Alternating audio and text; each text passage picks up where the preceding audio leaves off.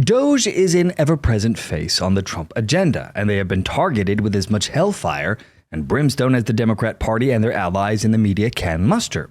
There is a constant drumbeat trying to convince the American people that there is a power struggle between President Trump and Elon Musk, and that DOGE, which is just one blunder after another, is on the precipice of being run out of town. Even today, there are reports coming out that the love affair between Donald Trump and Elon Musk is faltering, and that Trump has now muzzled DOGE. For example, there's an article from the UK Daily Mail with a title, "Trump Picks Sides in MAGA Power Struggle as Elon Musk drops his chainsaw and leaves federal cuts to cabinet." Or how about the New York Post with "Trump reins in Musk, announces bi-weekly DOGE meeting with cabinet, quote, scalpel rather than the hatchet."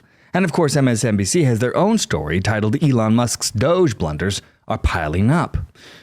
But is this true, my friends? Or is the reality a lot less complicated than what the media is trying to make it out to be?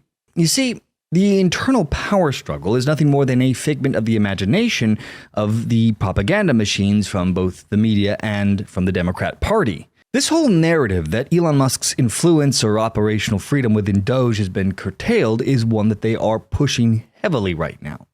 For instance, they use Trump's statements, like his Elon Musk can't do and won't do anything without our approval, and that DOGE's actions are subject to White House sign-off where appropriate, as the sign that Musk's initial aggressive push to dismantle bureaucracy has been tempered or muzzled. All these news outlets are highlighting this as evidence of a power struggle or a rollback of Musk's authority. They point to legal challenges and lawsuits from federal unions and Democratic accusations of an unelected shadow government as pressures that might have forced the administration to limit DOGE's autonomy. However, if we look at the bigger picture, we find that DOGE and Elon Musk's mission hasn't really been scaled back at all, but rather integrated into a more structured, department-wide effort. Rather than Elon Musk and his team directly slashing budgets or firing employees themselves, they are now shifting towards an overseer role. They are guiding the agency heads in what their own cost-cutting initiatives should look like and enforcing that cuts are made. We can find evidence of this in several ways. For example, we see that Elon Musk on X has indicated that federal departments, including state and defense, are cooperating with DOGE, with supervisors reporting weekly accomplishments. This implies that DOGE is acting as the coordinator or auditor, ensuring other department heads are aligning with Trump's efficiency agenda. Then there are reports from NPR and CBS News who note that DOGE teams are embedded across agencies with mandates to access records and IT systems, suggesting a pervasive rather than diminished role. And Donald Trump himself is continuing to tout the successes of DOGE, while outlets like ProPublica and NPR report that DOGE staff, often linked to Musk's companies like SpaceX and Tesla, are spread across the agencies. All of this indicates an expansion of influence rather than a retraction, but it's done through proxies, not direct action by Elon Musk. The evidence doesn't support a narrative of Musk being restrained at all. Instead, he and his DOGE team have morphed into the supervisory and strategic one. They are leveraging the agency heads themselves to execute the cuts, while Musk retains a central guiding position. This whole reined-in spin from the media is nothing more than propaganda. They are attempting to sow doubt with the American people, rather than reflecting what is actually happening. Let's take an article from ABC News as a case in point. This was posted yesterday. It's titled, "Trump tells cabinet members that they are in charge, not Musk." President Donald Trump convened a cabinet-level meeting Thursday morning to tell the heads of the agencies that they are in charge of the agencies and departments they oversee, not Elon Musk. Multiple sources familiar with the matter told ABC News. Musk was in the room for the meeting when Trump told top officials that Musk's role is to make recommendations and not unilateral decisions, whether it be staffing decisions or policy matters. Musk posted on X about the meeting that it was very productive. The meeting comes, writes ABC News, as his own cabinet secretaries have privately expressed frustration about Musk and the mandates he has been giving that have caused mass confusion among the federal workforce. Despite not being a member of the cabinet, Musk has outsized influence in the administration as he oversees the Department of Government Efficiency's work to reduce the size and scope of the government. Musk attended Trump's first cabinet meeting, at times taking center stage. Now let's scroll down to the bottom of the article. Here's where it gets good. Trump discussed the cabinet meeting Thursday afternoon after he signed an executive order that paused tariffs on Canada and Mexico. He said it was a, quote, really good meeting that focused on cutting.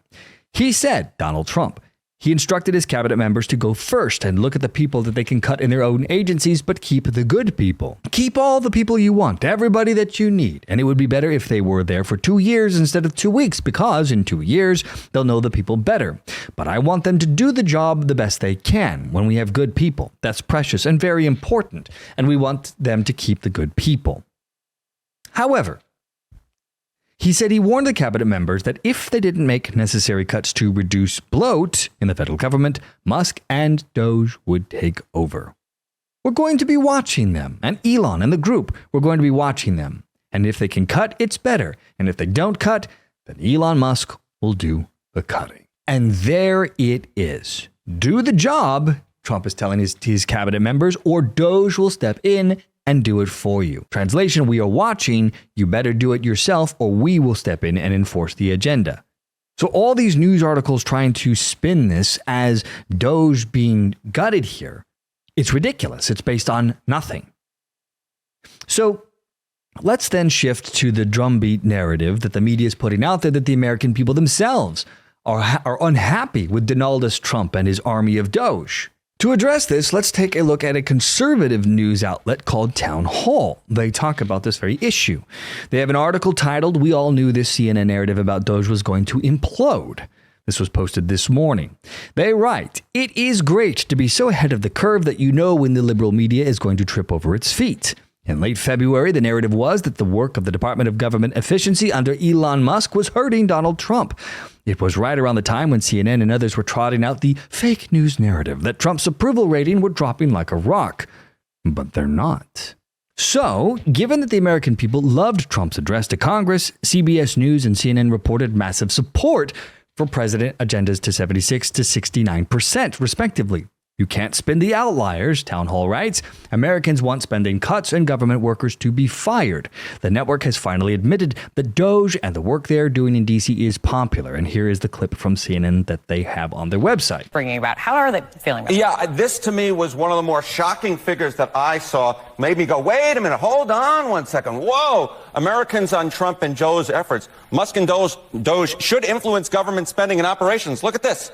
54%. The majority say that he and they should. How about approve of Trump trying to cut staff at government agencies? Again, you get a majority here. 51%. So yeah, Elon Musk might not be that popular, but these cuts and the idea of spending cuts, at least within the federal government and cutting at government agencies, that actually has majority support. I was truly surprised by this, Kate, but the numbers are the numbers. Well, there is a view that cuts across Democrat and Republican of people thinking that Washington is too big, bloated federal government, waste, fraud, and abuse. I mean, those are drain the swamp is what people run on over and over again.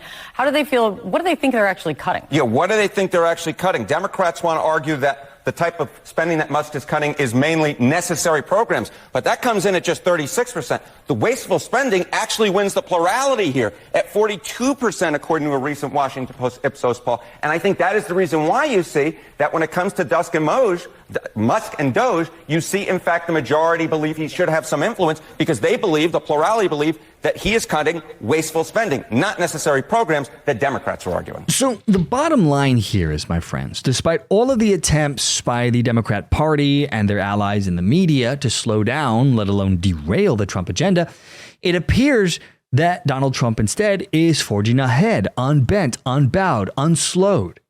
And with the Democrat Party just flailing everywhere, failing to get any kind of traction, acting like juvenile teenagers, throwing temper tantrums, being cringe and crashing out on public television, there doesn't seem to be much in the way of Donald Trump anymore.